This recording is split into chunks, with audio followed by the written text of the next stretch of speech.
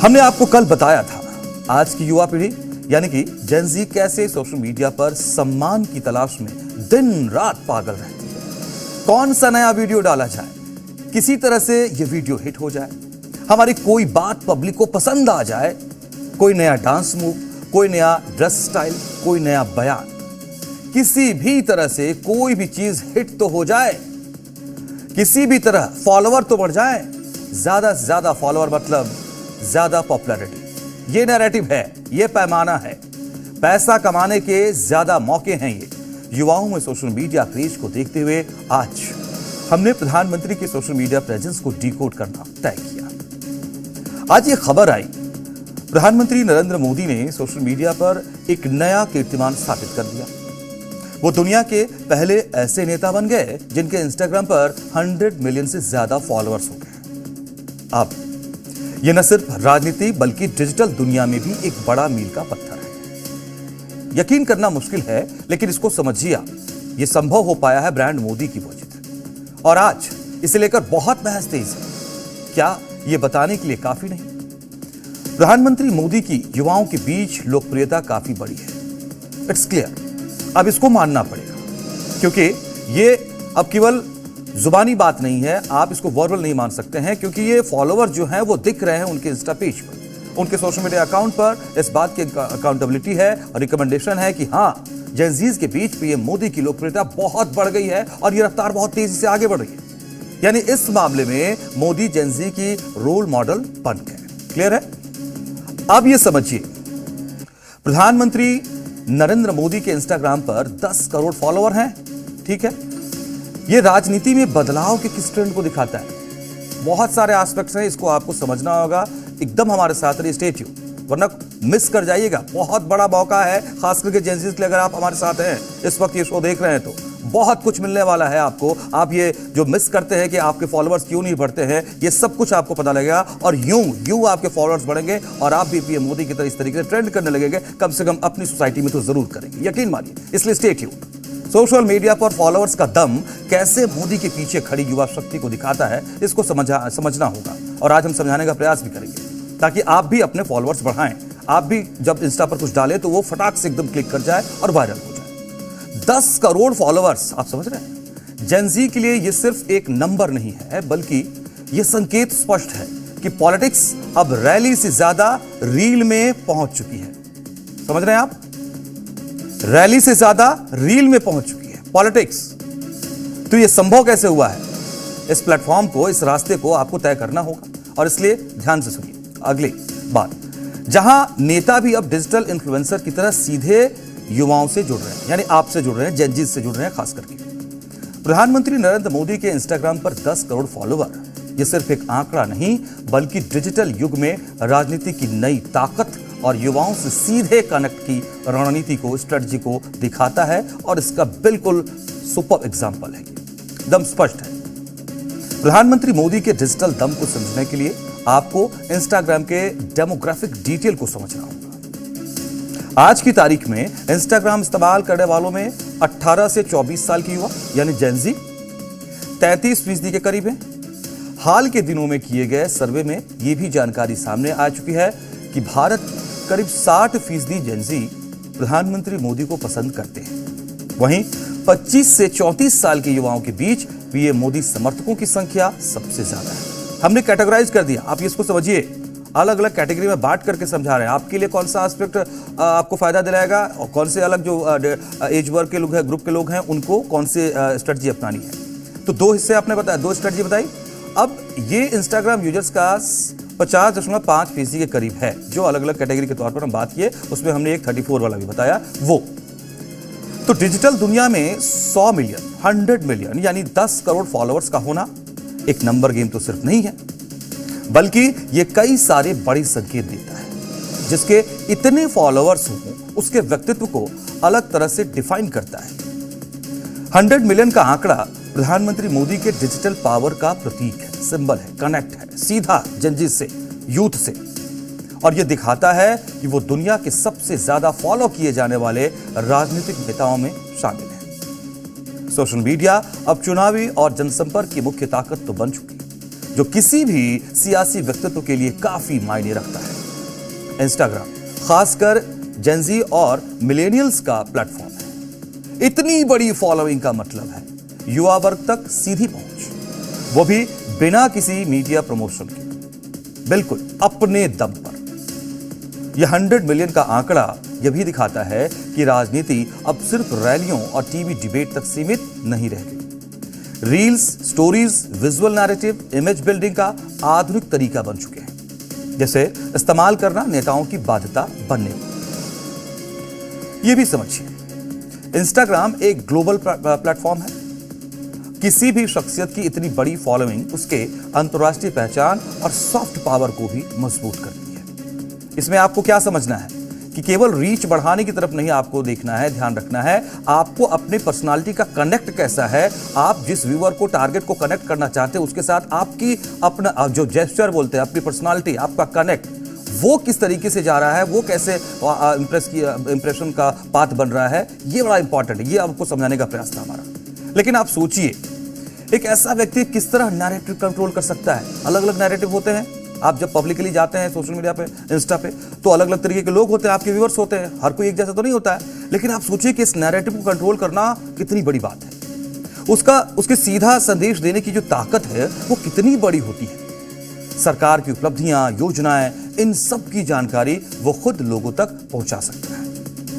अपने विदेश दौरे, व्यक्तिगत ब्रांडिंग, वो सब कुछ खुद अपने सोशल मीडिया प्लेटफॉर्म के जरिए कर सकता है। और ये आप भी कर सकते हैं। समझने की जरूरत है।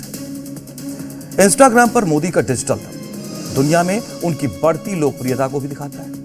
पीएम मोदी 2014 से इंस्टाग्राम पर एक्टिव हैं। शायद बहुत लोगों को नहीं पता होगा, ध्यान रखिए, याद रख लीजिए। हो सकता है अगली बार कहीं आप जाए तो जीके में पूछ लिया जाए, इंटर्नशिप के लिए कहीं जाए तो हो सकता है पूछ लिया जाए। पीएम मोदी 2014 से इंस्टाग्राम पर एक्टिव हैं और उनका अकाउंट पिछले 10 सालों में विश्व के नेताओं के बीच सबसे ज्यादा एंगेजिंग प्लेटफॉर्म में से एक बन चुका है। उनके फॉलोअर्स की संख्या अमेरिकी राष्ट्रपति डोनाल्ड ट्रंप से 2 गुनी है। ट्रंप के पास फिलहाल 43.2 मिलियन फॉलोअर्स हैं। इतना ही नहीं, दुनिया के अगले 5 बड़े नेताओं के कुल फॉलोअर्स भी मिलाकर पीएम मोदी के पर्सनल अकाउंट से कम ही है। इंडोनेशिया के राष्ट्रपति प्रोबोवो सुबियांतो के पास 15 मिलियन, ब्राजील के राष्ट्रपति के पास 14.4 मिलियन, तुर्की के राष्ट्रपति तैयब एर्दोगन के पास 11.6 मिलियन और अर्जेंटीना के राष्ट्रपति जेवियर मिलेई के पास 6.4 मिलियन फॉलोअर्स हैं। और ये आंकड़े बताते हैं पीएम मोदी की ग्लोबल अपील कितनी मजबूत है। Getting the point. आप सोशल लेवल पर पहले अपने फ्रेंड सर्कल में सोशल, उसके बाद आप स्कूल अगर हैं तो स्कूल से आप इसको कनेक्ट करके देखिए, कॉलेज में है कॉलेज लेवल पर देखिए, फिर आप जिस मोहल्ले में रहते हैं उस पर लाइए, फिर आप उसको अपने ओवरऑल सर्कल जो है फ्रेंड सर्कल उस पर लेके जाइए, फिर आप स्टेट से बिलोंग करते वहाँ, मतलब एक एक कड़ी पे आपको आगे बढ़ना है। और पीएम मोदी की जो आज हमने आपको इंस्टा पर फॉलोइंग बढ़ने की जो अभी तक के प्रोसेस को आपको बताया है उसमें बहुत सारी बातें आई हैं, तो इसको ऐसे करके आपको आगे बढ़ना है, ये समझना है। और फिर आप भी, जैसा मैंने पहले भी कहा कि आपकी फॉलोइंग जो क्लिक कर जाएगी और एक बार क्लिक हो गए तो फिर वो रफ्तार बढ़ती चली जाएगी, ऑन स्टॉप चली जाएगी, नॉन स्टॉप रहेगी, ऑन गोइंग होती रहेगी। तो ये समझना होगा। और खास करके युवाओं के बीच मोदी कितने पॉपुलर हैं, ये इससे भी समझ में बात आती है। तो जहां तक भारत की बात है, भारत में पीएम मोदी की तुलना में कौन कहां खड़ा है, ये भी जान लीजिए। मोदी के बाद योगी बड़े खिलाड़ी हैं। भारत में भी पीएम मोदी का दबदबा साफ नजर आता है। यहां उनके और दूसरे नेताओं के फॉलोअर्स में बहुत बड़ा फर्क है। चेक कीजिए, इंस्टा होगा वहां पे, आप पहले सुनिए, बाद में चेक कीजिएगा, नोट करके रखिए, तब आपको समझ में आएगा कैसे बढ़ना है ग्रेजुअली। उत्तर प्रदेश के मुख्यमंत्री योगी आदित्यनाथ दूसरे नंबर पर हैं पीएम के बाद और इनके 16.1 मिलियन फॉलोअर्स।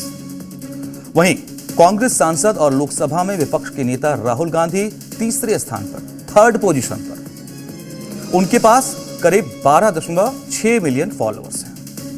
यह समझने की बात है। सभी बड़े बड़े पद पर हैं, सभी बड़े बड़े व्यक्तित्व हैं और उनकी अपनी एक इमेज है, लेकिन फॉलोअर्स कैसे थर्ड नंबर पर और किसी को नंबर 1 पर पहुंचाता है, न सिर्फ इंडिया बल्कि ग्लोबल लेवल पर, वर्ल्ड लेवल पर, यह समझने की बात है। यह एल्गोरिदम समझिए।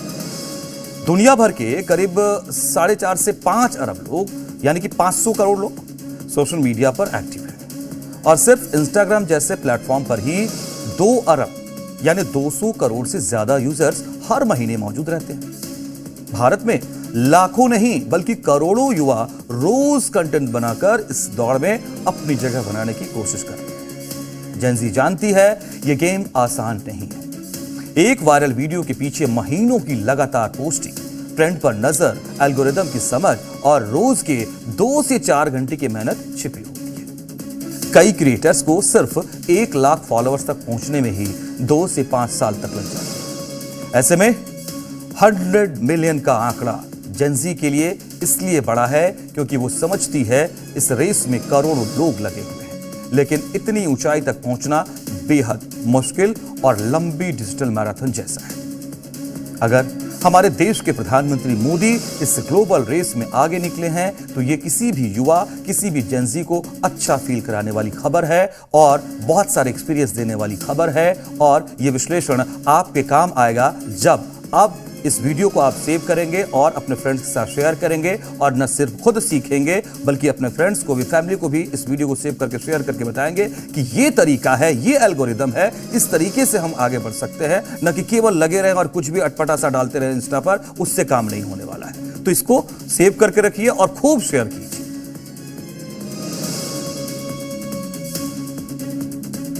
देशकाल की दूसरी स्टोरी, इसमें बात होगी जेन ज़ी के जहन में चल रही नौकरी और फ्रीडम वाली फाइट की। आज की जेन ज़ी सिर्फ नौकरी नहीं चाहती है, वो चाहती है फ्रीडम। फ्रीडम मतलब बॉस से आजादी, रोजमर्रा की मोनोटोनी से आजादी और अपने पैशन को करियर में बदलने की आजादी। इंस्टाग्राम और टिकटॉक पर हसल कल्चर ट्रेंड करता है। रील्स बता रही हैं कैसे कोई 20 की उम्र में अपने स्टार्टअप या साइड हसल से नाम पर पैसा कमा रहा है, शोहरत कमा रहा है। लेकिन सवाल है, क्या यह सिर्फ क्रिएटिव चॉइस है या फिर कोई नया प्रेशर? ज्यादा से ज्यादा बैलेंस बनाने के चक्कर में युवा उलझ रहा है, थक रहा है। कैसे, ये समझना जरूरी है, रिपोर्ट देखना जरूरी है।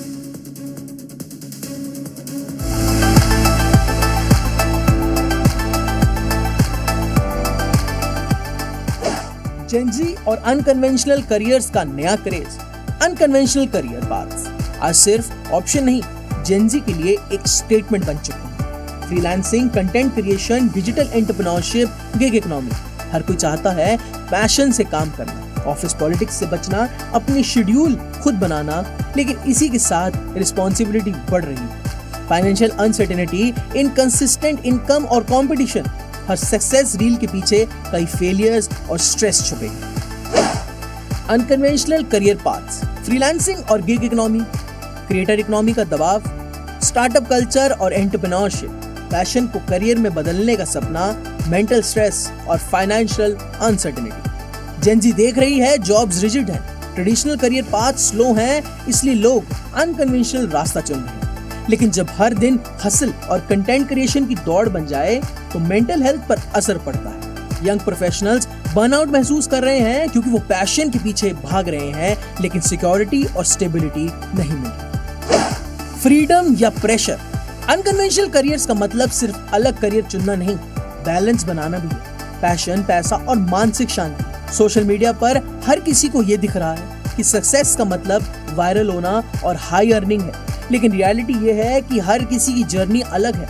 जेन ज़ी को आजादी चाहिए, लेकिन इस आजादी की तलाश कहीं उन्हें खुद से दूर न कर दे।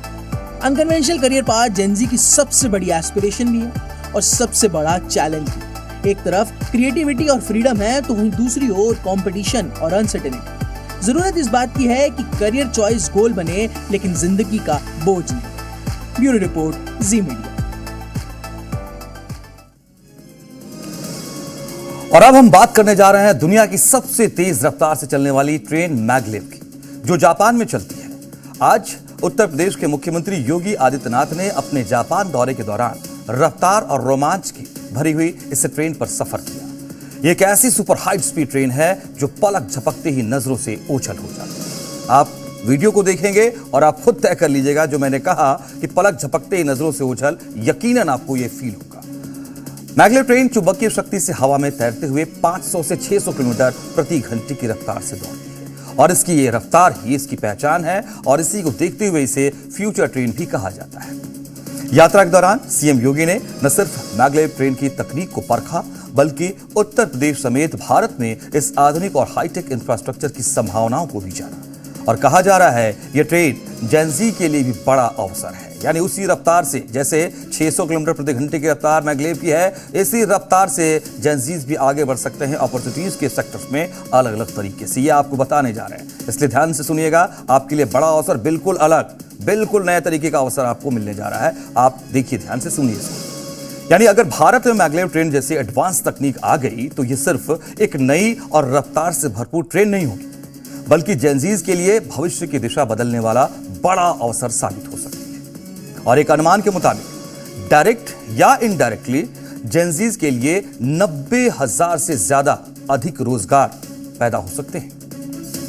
इनमें निर्माण है, तकनीकी सेक्टर है, सप्लाई चेन मैनेजमेंट, ऐसे कई है सेक्टर्स शामिल हैं। और 50,000 से ज्यादा तकनीशियन और कुशल या फिर अकुशल तरीके के जो श्रमिक होते हैं उनके लिए भी सीधे रोजगार की व्यवस्था सुनिश्चित हो जाएगी। इसके अलावा जेनजी को बड़े बड़े अंतर्राष्ट्रीय प्रोजेक्ट्स में काम करने का मौका मिलने वाला है, जहां वो नई तकनीक सीखेंगे और मुश्किल चुनौतियों का सामना करके अपने कौशल से अपने स्किल को और डेवलप करेंगे, मजबूत करेंगे और इसके जरिए भारत को भी टेक्नोलॉजी के क्षेत्र में आगे बढ़ाने में अहम भूमिका निभाएंगे। यानी आप एक बड़े क्रिएटर बन सकते हैं इंडिया की इकोनॉमी को, इंडिया के डेवलपमेंट को बूस्ट करने के लिए। इसलिए आपको ये रिपोर्ट आज बहुत ध्यान से देखनी चाहिए, क्योंकि आज हम मैग्लेव तकनीक के जरिए भारत की जेनजी के फ्यूचर प्रॉस्पेक्ट का विश्लेषण कर रहे हैं। जापान दौरे के आखिरी दिन सीएम योगी आदित्यनाथ ने टोक्यो में हाई स्पीड मैग्लेव ट्रेन में सफर किया। 500 से 600 किलोमीटर प्रति घंटा की रफ्तार से चलने वाली इस ट्रेन में सीएम योगी ने करीब 100 किलोमीटर की दूरी की यात्रा तय की। मैग्लेव ट्रेन पर सीएम योगी की यात्रा का एक बड़ा मकसद था, एक उद्देश्य था, एक प्लान था, विजन था। यूपी में मॉडर्न ट्रांसपोर्ट सिस्टम को डेवलप करना और इसकी तकनीक को भी समझना था, ताकि आज की जेनजी को इसका बड़ा फायदा मिले और देश की तरक्की में भी मदद मिले। यानी मैग्लेव ट्रेन सिर्फ तेज चलने वाली ट्रेन नहीं होगी, बल्कि उस नए भारत की निशानी बनेगी जहां युवा जेनजी नई सोच, आत्मनिर्भरता और दुनिया से मुकाबला करने की क्षमता के साथ देश को आगे बढ़ाएगी। जेनजी को विश्व स्तरीय प्रोजेक्ट्स में काम करने, नई चुनौतियों का सामना करने और भारत को टेक्नोलॉजी पावर हाउस बनाने में योगदान देने का बड़ा अवसर मिलेगा। तो इस तरह मैग्लेव ट्रेन केवल रफ्तार का प्रतीक नहीं, बल्कि एक ऐसे भविष्य का संकेत होगी जहां भारत की जेनजी इनोवेशन, आत्मनिर्भरता और वैश्विक प्रतिस्पर्धा में अग्रणी भूमिका निभाएगी। मैग्लेव को दुनिया की सबसे फास्टेस्ट ट्रेन कहा जाता है और इस पर सफर करना किसी के लिए भी सपनों की उड़ान सा है। सोचिए, अगर यह ट्रेन भारत में आ जाए। अब इंपॉर्टेंट विश्लेषण, एनालिसिस, इसको ध्यान से सुनिएगा। हमने आपको बताया कि कैसे न सिर्फ मतलब यूपी में नहीं, केवल यूपी, मुंबई, दिल्ली की बात नहीं है, आप कहीं से भी कनेक्ट हैं, अगर हमें देख रहे हैं, पटना से हो, बेंगलुरु से हो, केरल से, कहीं से भी, लेकिन इंटरनेशनल लेवल पर कैसे आपको इस मैग्लेव की रफ्तार के साथ आगे बढ़ने का मौका मिल रहा है, अब ये ध्यान से सुनिएगा। मान लीजिए, सपोज कीजिए कि ये ट्रेन आ गई भारत, तब दिल्ली मुंबई का जो सफल तरीके से जो सफर होगा वो सिर्फ 2.5 घंटे में हो जाएगा। अब आप अंदाजा लगाइए कि आप कहां हैं और मुंबई जाने में कितना वक्त लगाते हैं, चाहे फ्लाइट से या ट्रेन से। ठीक है, दिल्ली से लखनऊ वालों के लिए जानकारी, दिल्ली से लखनऊ की दूरी इस मैग्लेव ट्रेन के जरिए महज 1 घंटे में पूरी हो जाएगी। यकीन करेंगे आप?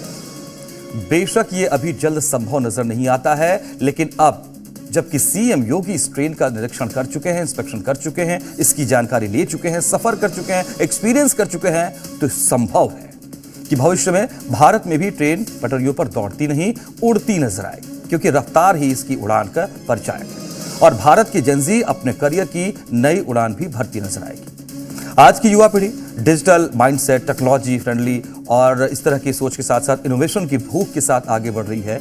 तो ऐसे में मैग्लेव जैसी हाईटेक प्रणाली उनके सपनों, कौशल और करियर की आकांक्षाओं को नई ऊंचाई दे सकती है। यह प्रोजेक्ट केवल ट्रांसपोर्ट सेक्टर में सुधार नहीं लाएगी, बल्कि engineering, artificial intelligence, data analytics, इसके अलावा साइबर सिक्योरिटी, ग्रीन एनर्जी और स्मार्ट इंफ्रास्ट्रक्चर जैसे सेक्टर्स में भी बड़े स्तर पर रोजगार और रिसर्च के अवसर पैदा करेगी। अब आप तय कीजिए कि आपको सीधे जॉब करना है या रिसर्च के थ्रू इससे कनेक्ट होना है और अर्निंग करनी है। जेनजी जो नई तकनीकों को तेजी से अपनाने और उनमें महारत हासिल करने के लिए जानी जाती है, निश्चित तौर पर उन्हें इस बदलाव का सबसे बड़ा फायदा मिलने वाला है और संभव है कि आज की ये जेनजी ही इस बिग प्रोजेक्ट की बॉस बन जाए। तो आप में से कितने लोग तैयार हैं, ये तय कीजिए। क्योंकि मैग्लेव ट्रेन के भारत में आने से शिक्षा व्यवस्था में भी बड़ा बदलाव संभव है। यहाँ विश्वविद्यालय और तकनीकी संस्थान advance course, industry integrated training और प्रैक्टिकल रिसर्च पर फोकस करेंगे। इससे युवा केवल डिग्री होल्डर नहीं बल्कि स्किल्ड और इनोवेटिव प्रोफेशनल बन जाएंगे। साथ ही स्टार्टअप को इकोसिस्टम को भी नई गति मिल जाएगी। Smart ticketing system, AI based safety monitoring, transport data management, green power solutions और डिजिटल सर्विस प्लेटफॉर्म जैसे सेक्टर्स में जेनजी एंटरप्रेन्योरशिप के नए आयाम स्थापित कर सकती है। लाइफस्टाइल के स्तर पर देखिए इसको, जब शहरों के बीच की दूरी समय के हिसाब से सिमट जाएगी तो युवाओं के लिए अवसरों का दायरा कितना बड़ा हो जाएगा। वो छोटे शहरों में रहकर भी बड़े आर्थिक केंद्रों से जुड़ जाएंगे और इससे खर्च कम होगा, अवसर अधिक मिलेंगे। इससे जेनजी का वर्क बैलेंस भी बेहतर हो जाएगा। पर्यावरण के नजरिए से अगर आप इस पे देखें तो मैग्लेव जैसी तकनीक कन्वेंशनल सिस्टम की तुलना में ज्यादा एनर्जी एफिशिएंट हो सकती है। और सबसे महत्वपूर्ण बात यह कि ऐसी तकनीक भारत को वैश्विक स्तर पर एडवांस ट्रांसपोर्ट सिस्टम अपनाने वाले देशों की श्रेणी में ला खड़ा करेगी। इससे अंतर्राष्ट्रीय सहयोग, टेक्नोलॉजी ट्रांसफर और वैश्विक रोजगार के अवसर भी बढ़ जाएंगे। तो जेनजी को विश्व स्तरीय प्रोजेक्ट्स में काम करने, नई चुनौतियों का सामना करने और भारत को टेक्नोलॉजी पावर हाउस बनाने में योगदान देने का एक बड़ा अवसर इससे मिलने जा रहा है। अब जेनजी को 600 किलोमीटर प्रति घंटे की रफ्तार से चलने वाली इस मैग्लेव ट्रेन के बारे में भी जानना चाहिए। मतलब इस ट्रेन के बारे में इटसेल्फ की क्या इसकी खासियत है, क्या ऐसी चीज है जो आपको अट्रैक्ट कर सकती है और कैसे आप अलग अलग सेक्टर्स में अपने लिए यहां पर नया करियर देख सकते हैं। ये न सिर्फ फ्यूचर ट्रेन है बल्कि जेनजी के लिए तो बिग फ्यूचर प्रोस्पेक्ट है। मैग्लेव ट्रेन बिना पटरी को छुए हवा में तैरते हुए 500 से 600 किलोमीटर प्रति घंटे की रफ्तार से दौड़ती है। मैग्लेव ट्रेन मैग्नेटिक लेटिवेशन यानी कि चुंबकीय ताकत के जरिए चलती है और बेहद दिलचस्प बात यह कि मैग्लेव ट्रेन में पहिए नहीं होते हैं।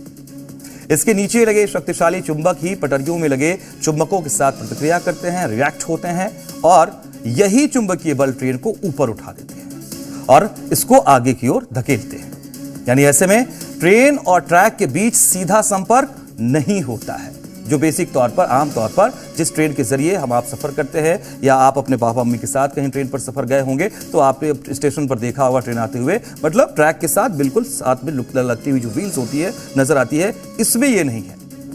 यानी घर्षण बिल्कुल कम, बिल्कुल खत्म। और यहीं से मिलती है इस मैग्लेव ट्रेन को सुपर स्पीड, हाई स्पीड, यानी ट्रैक से बिल्कुल उठी हुई सी ये नजर आती है, उठ जाती है, सिर्फ इसीलिए क्योंकि यहां पर चुंबकीय शक्ति काम करती है। और दुनिया की जो पारंपरिक हाई स्पीड ट्रेनें हैं वो 300 से 350 किलोमीटर प्रति घंटा तक की रफ्तार से अभी चलती है। कई जगहों पर ऐसी स्थिति है, लेकिन मैग्लेव इससे कहीं आगे निकल चुकी है। हालांकि चीन के शंघाई में चलने वाली जो मैग्लेव ट्रेन है वो करीब 450 किलोमीटर प्रति घंटे की रफ्तार से चलती है, जबकि जापान में ट्रायल के दौरान ही मैग्लेव ट्रेन की गति 600 किलोमीटर प्रति घंटा से अधिक रिकॉर्ड की गई। और अब इस ट्रायल के बाद जापान सरकार 2027 में ट्रैक पर इसको उतारने का प्लान बना रही है और यह बिल्कुल अब तैयारी कंप्लीट है।